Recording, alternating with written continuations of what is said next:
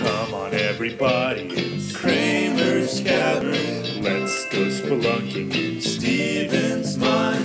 Climb to the highest rung of the entertainment ladder. How could it not be fun? It's Cramer's Cavern.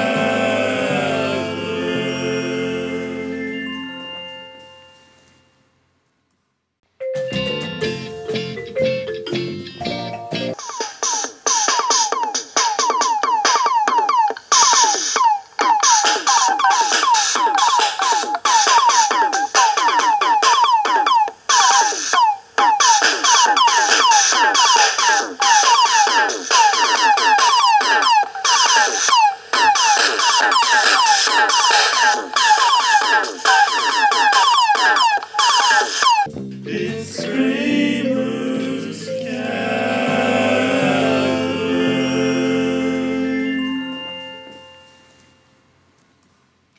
Hello, and welcome to Cramer's Cavern number 1. I'm Stephen Cramer. I hope this web show evolves into something watchable and entertaining, slightly entertaining. Those are my only goals. I think I talk real good after a few beersies, and I want to thank my guests for today's first show, Pains of Being Pure at Heart, Nate Mitchell and Luke Fields, and Hunter Smith. I also want to thank my wife Sabrina for doing the audio-visual for this first show, and hopefully future shows. And to Flicker Theater and Bar, I could not think of a better place to host this. I recently shaved off my beard, and I hope it doesn't take away from my interviewing prowess. I might do more stand-up in the future, but not tonight. Tonight's a no-hurl zone. I've had 32 ounces of beer and a shot of Jaeger in the last 45 minutes. And let's get started. I'm joined by Nate and Luke from Athens. Thank you for having me. Thank you for having me. And thank you, Luke and Nate. This is Nate, and that is Luke. For introductory purposes, Nate has been doing comedy for a few years, and he plays in the band Cars Can Be Blue. Luke has played music in a variety of bands, including We vs. the Shark, and he started hosting a comedy night in Athens a few months ago, 6 months ago or so. He's the host of Hacks. That is his comedy night. Gentlemen, welcome to Cramer's Cavern. It's great to be here. Next time, I'm going to say things in order. All right, gentlemen, you've both been doing comedy for 6 months-ish, a few years.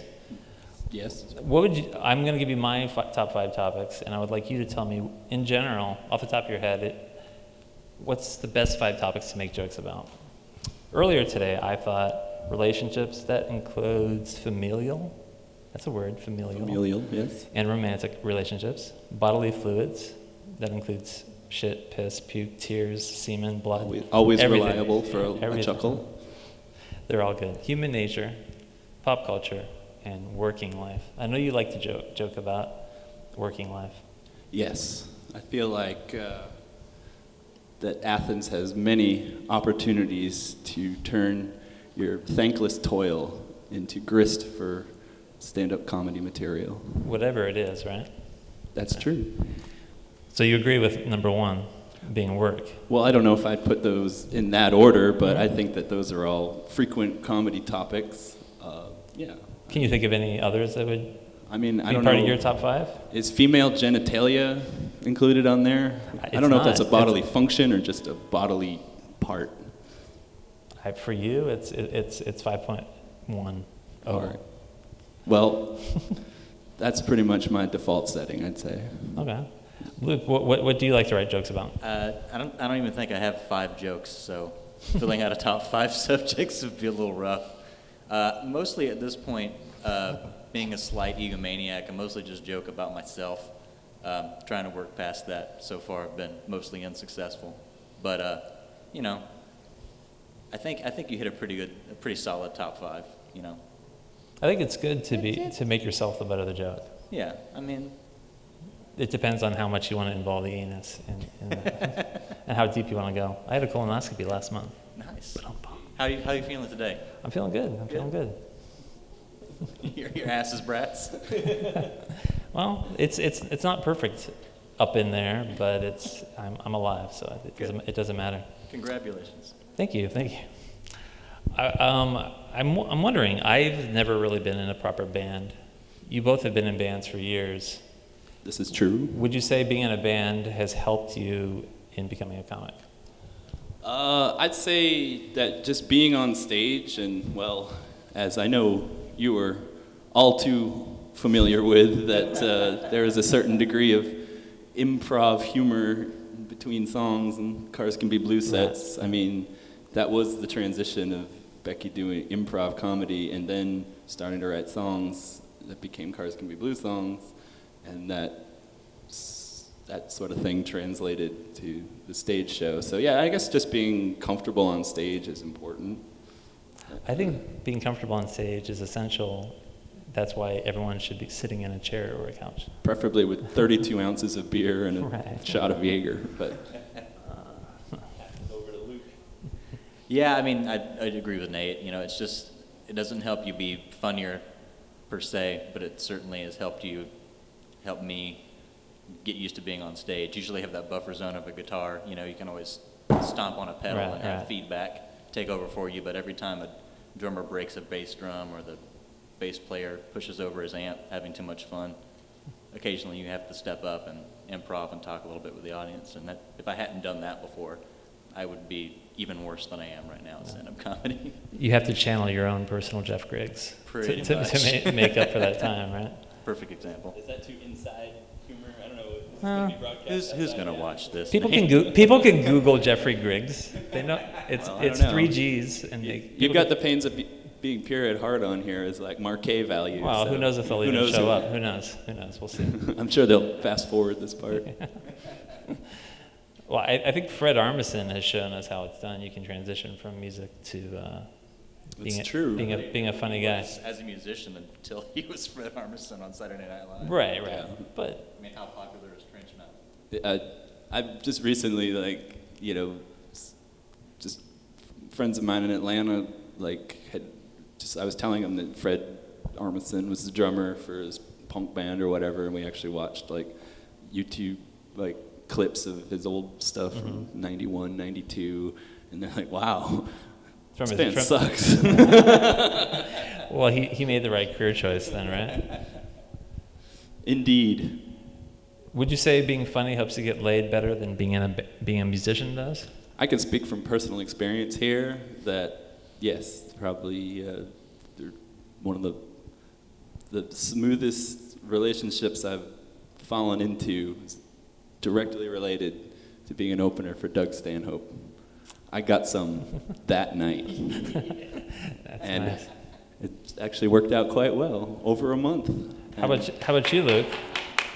I know you're in a long-standing relationship, but I'm sure your comedy, your humor has helped sustain that relationship. I have no idea either way. Yeah. I've never gotten any play whatsoever from anything creative I've ever done. I'm usually in loud, angry bands that make women stand at the back of the room and want to avoid eye contact with me. I think humor translates more universally than.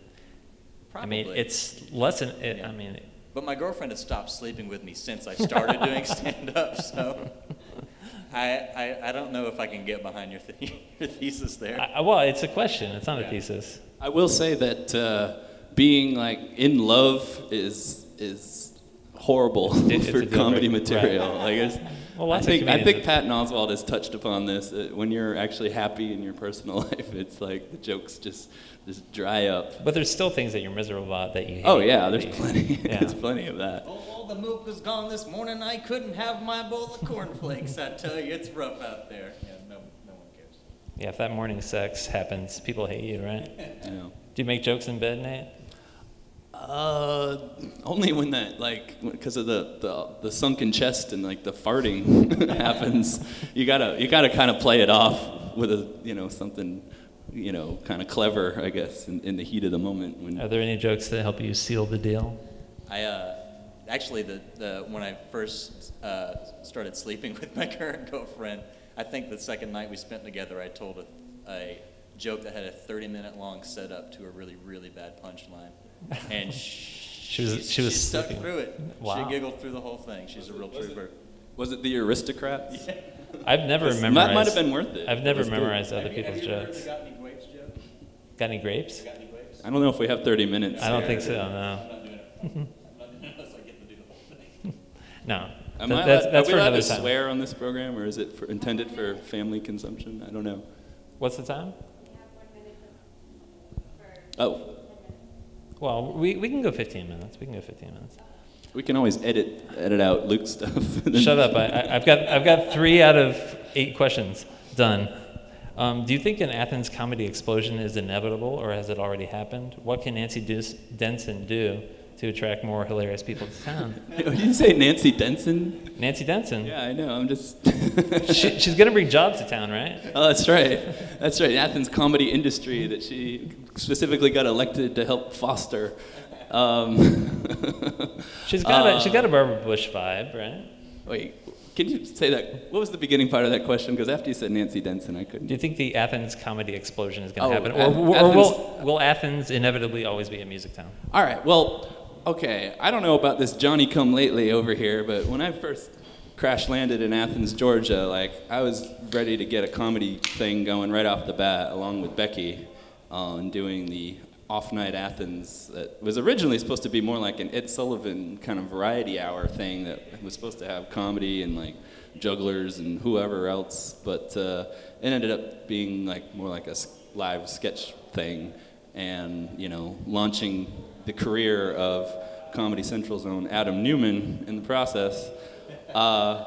So yeah, I mean, I was just having visited Athens and stuff. I knew that there was plenty of funny mofos played in bands and did music, but the only person that actually had like actual like comedy material and shows and stuff was Pete McBrayer. So I give respect to him for actually being, as far as I know, He's the godfather. the only Athens person to actually have a comedy album. Wow. You know, I all have one-liners. I have not heard like that. Yeah. See, there you go. You finding out all sorts of stuff here on Cramer's Cavern. I can make CDRs. All right. As far as like the last 6 months with the Hacks and Chris Patton's night, like leading this renaissance, well, I guess I'll turn it over to Luke to explain. It can his only get better, perspective. right? I mean, I don't know if I would say an explosion is inevitable. I think that we can sustain, a comedy audience, but I mean, Athens is a music town. That's what it's always been known for. I think that we can comedy can have a place, but it's not going to be Los Angeles or New York where you can go out and do 3 open mics a night and work on material. No, not I mean, at all. It's always going to be, the B team, but it can be a really good B team. Yeah, I think comedy is a lot more interesting, whereas opening bands, it's a 50-50 shot. Well, another big problem is that it's so close to Atlanta, and Atlanta has a huge stand-up scene. Right. It's a big deal there. So anyone who gets any sort of momentum going here has to go there to start getting better, and then they just kind of stay there, more or less. Right. Yeah. Well, it's the population center of Georgia.